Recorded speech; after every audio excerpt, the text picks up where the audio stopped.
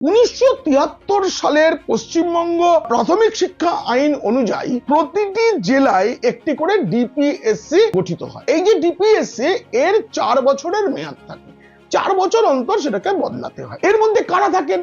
জেলা স্কুল পরিদর্শক, জেলা ট্রাইবাল ওয়েলফেয়ার অফিসার, জেলা সমাজ শিক্ষা অফিসার, প্রতিটি মহকুমা থেকে একজন করে পঞ্চায়েত সমিতির সদস্য, 3 জন প্রাথমিক শিক্ষক, জেলার পুরসভাগুলি থেকে 3 জন কাউন্সিলর এবং রাজ্যের মন্ত্রী নন এমন সর্বাধিক 6 জন বিধায়ক। 1973 সালের যে ডিপিএসসি গঠনের আইন, সেটা এমন করে করা হয়েছে যাতে সেখানে কোনো দুর্নীতি না হতে পারে। কারণ এই যে 6 জন বিধায়ক, সেটা বিভিন্ন দলের হতে পারে। 2023 সালের 12ই মে প্রাথমিক মামলার রায় দিয়েছিলেন তৎকালীন বিচারপতি অভিজিৎ গঙ্গোপাধ্যায়। সেই রায়ে তিনি বলেছিলেন মোট 42,500 জন শিক্ষকের মধ্যে 32,000 শিক্ষক প্রশিক্ষণহীন, অতএব এদের চাকরি বাতিল। কিন্তু রাজ্য সরকার এই মামলাটা নিয়ে গেল ডিভিশন বেঞ্চে।